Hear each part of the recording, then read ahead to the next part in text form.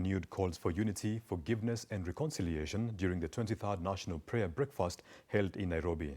But even as political, religious and civic leaders gathered under one roof, the limited presence of opposition figures reflected a country still wrestling with deep political and ideological divisions. Linda Alela with the details.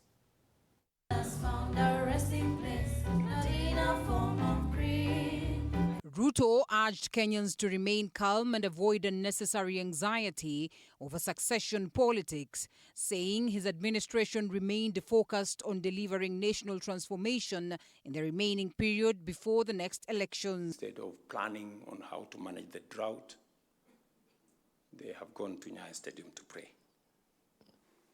And worse, the president himself is there. But Mungu ni nani? I think the last 3 years, God has been gracious to our nation. His deputy, Professor Kithure Kindiki, and his broad-based counterpart, Dr. Oburu Oginga, while serving the crowd light moments, reiterated that the government was committed to stability, development and continuity, stressing that political competition would not disrupt national unity. My wife here, who was prayed, is also born again. So I'm well protected, even though you think age but numbers.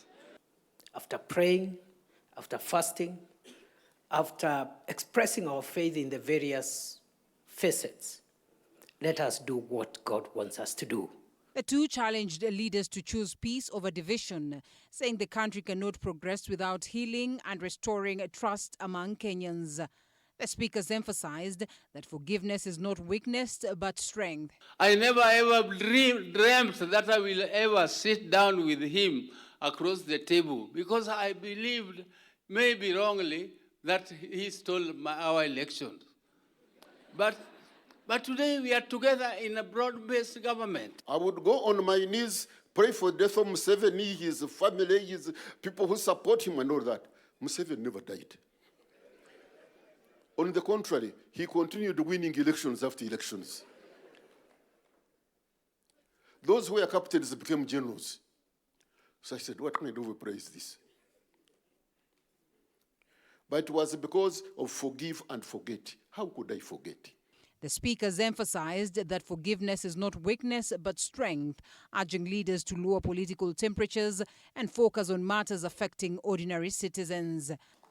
This nation will never go in the wrong direction.